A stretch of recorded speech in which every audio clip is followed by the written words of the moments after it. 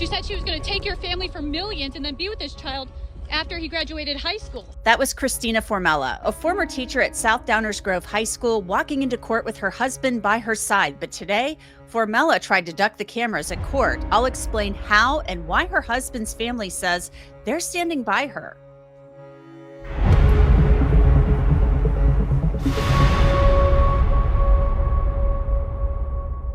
Welcome to Crime Fix. I'm Anjanette Levy.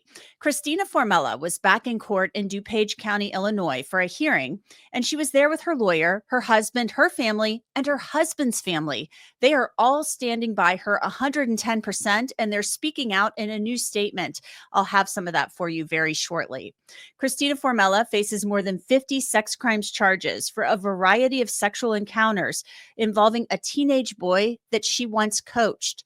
Prosecutors said that the victim, who's now 17 years old, was having sex with Formella in her classroom and at her home when he was as young as 15.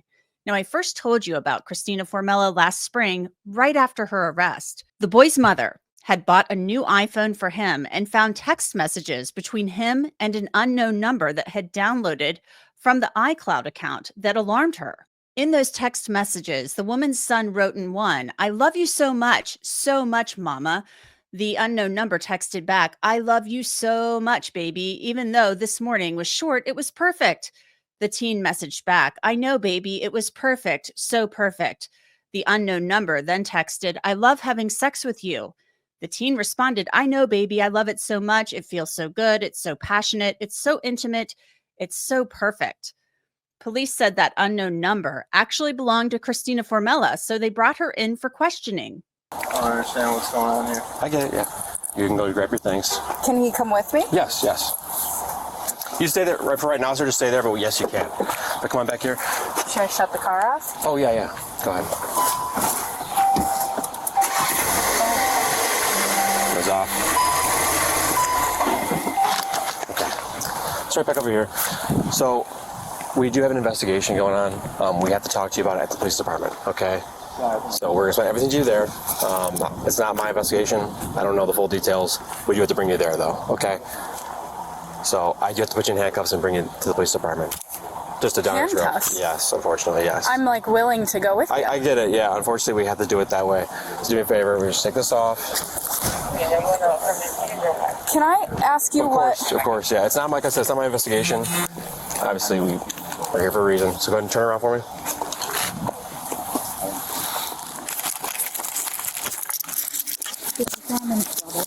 So right now you're just being detained, and there is a detective that needs to talk to you at the police department.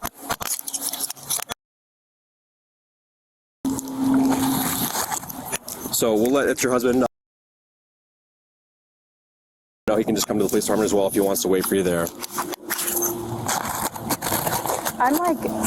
I get it. You have a lot of questions. So scared. Yeah, everything's okay. We just need to talk to you at the police department. That's all. Nothing else on your pocket right now? Anything else? Just my phone. Just your phone? Here. Okay. Okay. All right, we're heading sit in the back of this car. On the other side. Once you get to the police department, you'll talk to the detective and he'll explain everything to you. After a ride to the police department and questioning by detectives, police said Christina Formella made some inconsistent statements and blamed the student, at one point calling him a stalker. They also found notes on her phone that they said showed she was obsessed with the teenage boy. They then took her to jail. I'm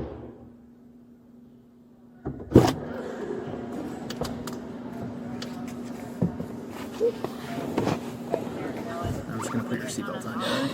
Unless are you able to reach it down there?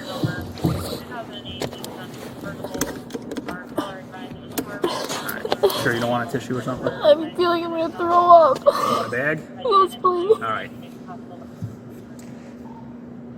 Shauna, can you grab like a bag out of there?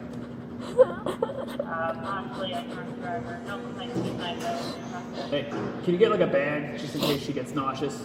Yeah. Long story short, Christina Formella was charged with some sex crimes, but prosecutors and police continued to investigate, and a grand jury returned an indictment charging her with an additional 52 counts in June.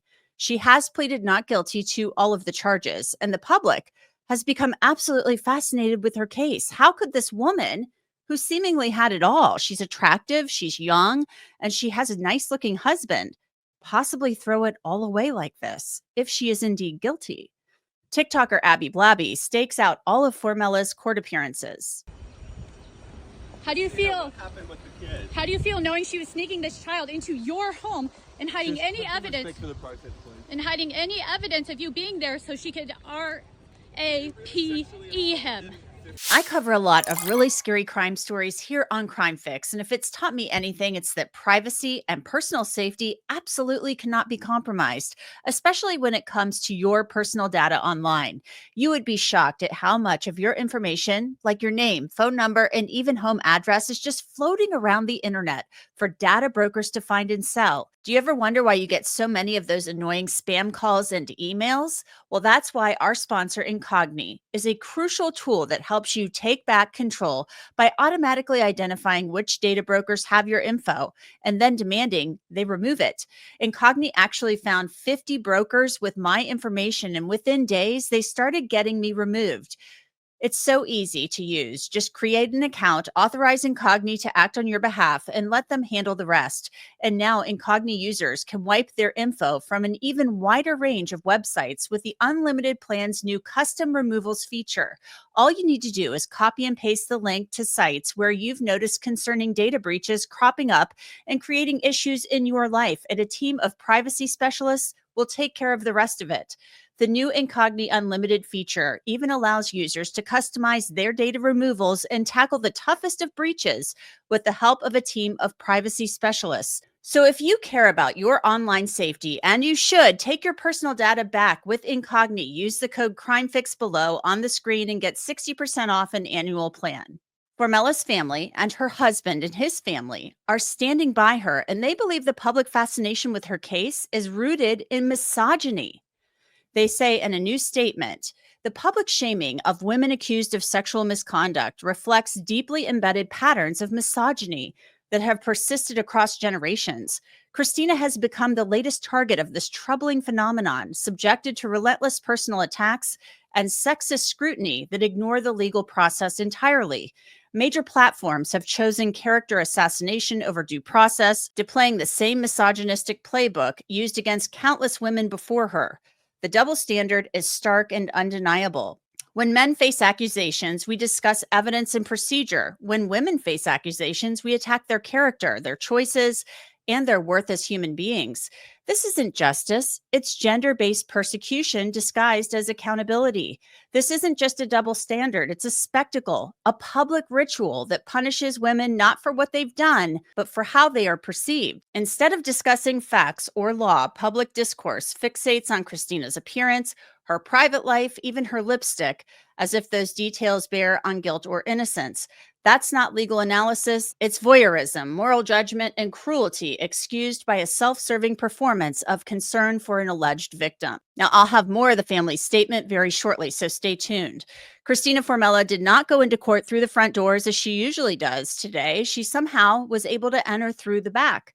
And she left the same way as well, without reporters and influencers shouting questions at her. I want to bring in TikToker Abby Blabby. She's been attending all of Christina Formella's court appearances, and she attended the one today. So, Abby, I know this was pretty brief, so bring me up to speed on what happened, because I know that the media has been staking out the courthouse every time Christina Formella appears, and she arrives with her husband. They hold hands, but today they kind of faked everybody out a little bit. They did, yeah. You know, usually they park in the back parking lot and there's this big, long walk into the courthouse and media is out front and everything. But this time, I think they went through the back door to avoid everybody, which is interesting because security is at the front.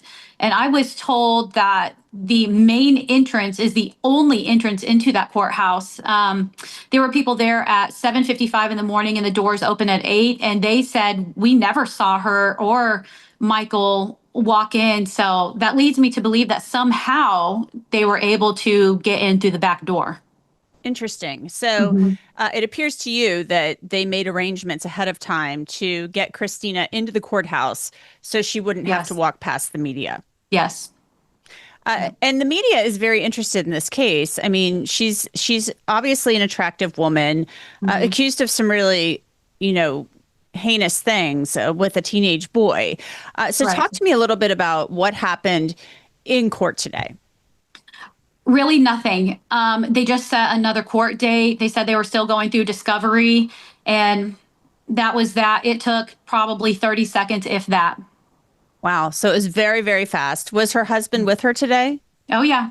And when they came out of the courthouse through the back door and I saw them crossing the road, they were holding hands, which surprised me because honestly, I thought that they had only done that as like a show, but they were genuinely holding hands and walking together. You've been covering the case. You go there. You have yelled questions at Christina Formella. She never answers you, obviously. No. But you're talking about how you thought they were just doing this for show. Her husband showing up and holding her hand. It sounds like he's standing by her. And so, what have you seen as far as that goes inside the courtroom? I know you've kind of witnessed them huddling together and things of that nature. Yeah, and it was very much the same way today. Outside of the courtroom, both sides of the family were standing together. The dads were walking together. The moms were together. They very much seem to genuinely support her. I mean, obviously her own family does, but I think the Formella family truly supports her as well. So they are presenting a united front in this. Yes. Both sides. You're saying Abby's parents, Michael's parents, and Michael obviously is there with his wife. Right. Yeah, which obviously I don't understand at all. I have a son. If somebody did this to my son as a mother, I don't see how I could ever support that person, meaning like Christina and Michael. So if I was Michael's mother, I wouldn't be able to support her. So Christina has pleaded not guilty. She has said that she is innocent. And since this case started, at the very beginning, she acted like this boy, the victim, the accuser, would not leave her alone. She characterized him as a stalker, things of that nature. The police then came out. She was indicted, I should say. The grand jury indicted her. So the prosecutor presented a case to the grand jury where she was indicted on a slew of new charges. And there were a lot of really disturbing allegations that came out, disturbing details. And while we can try to keep this a little PG-13, when we talk about this, we learned a whole lot more about what was going on, according to the prosecutor, with Christina Formella and this boy. When she was first arrested, they said, oh, this happened one time. It happened one time in the classroom, on such and such a date, and that was it. But it appeared that it happened a whole heck of a lot more than one time, according to the prosecutor. Yeah, over the course of about 2 years, the prosecutor said they found evidence in the cell phones that suggests it began when he was just 14 years old. She allegedly began grooming him when she was coaching him in soccer. And then it went on for around 2 years after she was married. So for quite a while, yeah. And I think they said, 55 times. Around 50 times, at least that they know about. I mean, there's probably more times that, they didn't discuss over text message or whatever. So it was probably more than that, even, allegedly. It's my understanding they also found a trove of text messages, messages between the two, where Christina Formella was talking about how she wasn't going to even stay with her husband. It sounds like she, according to the prosecutor, was possibly going to leave her husband, Michael, for this boy. Yeah, and she even talked about that in her memoir. She references them being together after she got married and after the boy graduated from high school. And then the prosecutor says they found text messages in her phone where she says she was going to go through with the sham wedding and then get millions of his money or his family's money. And then she and this boy would ultimately be together and live with that money. So what's interesting to me is the fact that all of this has been stated in open court, that she allegedly, Christina Formella, had this plan, and yet the family is presenting this united front. So I know. That is an interesting kind of dynamic to me. So do you have any insight into that, since I know you're not like hanging out with them, Right. but you are in court witnessing all of this? Yeah, it honestly just completely baffles me. Like I said, I have a son. He's obviously not as old as Michael, and he's not married. He's a teenager. But just as a mother thinking about it, if somebody were to do this to my son, I would never be able to support that person. And not just Michael's mother, but Michael's father, Randy. He's at all of these court hearings. He seems to support her. He's given me some pretty mean looks when we've seen each other. I just don't understand it at all. Are you getting any sense of what the defense in this case might be? I mean, we know that Christina Formella told the cops, according to the first petition for detention, which was denied, that, people try to get her in trouble because she's pretty and things like that. So that I don't think that's going to work in front of a jury. Right. So a jury will see, if this goes to trial, Christina Formella's interview with police. So are you getting any inkling as to what the defense, where they might be going with this? Honestly, I don't have a clue. Like you said, when it was believed to be an isolated event, and she was saying that the victim had stolen her phone and put her password in and sent the text messages to himself, pretending to be her, that was kind of believable, definitely possible. But now that they found around 2 years, they said hundreds, if not thousands, of text messages, videos, photos, all kinds of stuff. Even when she was apparently in Italy getting married, you can't fake that. At least I can't think of any way that somebody could fake that and still say, well, that wasn't me. I didn't do it. So from a defense standpoint, I have no idea what their plan is. It sounds like the prosecution has a mound of evidence. So her defense team obviously is still going through this mountain of evidence that's been turned over to them, and they may still be receiving the evidence. Yeah. I'm kind of wondering, Abby, what has intrigued you so much about this case, because you travel to the courthouse every time there's an appearance. Yeah, what intrigues me so much about the case is the psychology behind it. This woman seemed to have everything. I mean, she's beautiful. I mean, she was correct when she said that. She's very pretty. She had this college sweetheart who was also very attractive. They're both educated. Christina has a master's degree, good job, good home, good, loving, supportive families, tons of friends, money. So it's kind of like, when you have so much, why, like, what else are you looking for? What are you missing from your life that made you do this? Cheating is one thing if it's with another adult, but a child, I don't understand it. It's the psychology. It'll be interesting to see how it all plays out. When's the next court date? October 14th. And I will be there at that one as well. We know you will, and you'll probably be at the back door this time. In the back door, yep. Yeah. Abby Blabby, thank you so much. Yeah, thank you. Now, I told you that I would have more of the statement from Christina and Michael Formella's families. They say she is not being covered. They say she is being hunted by creators.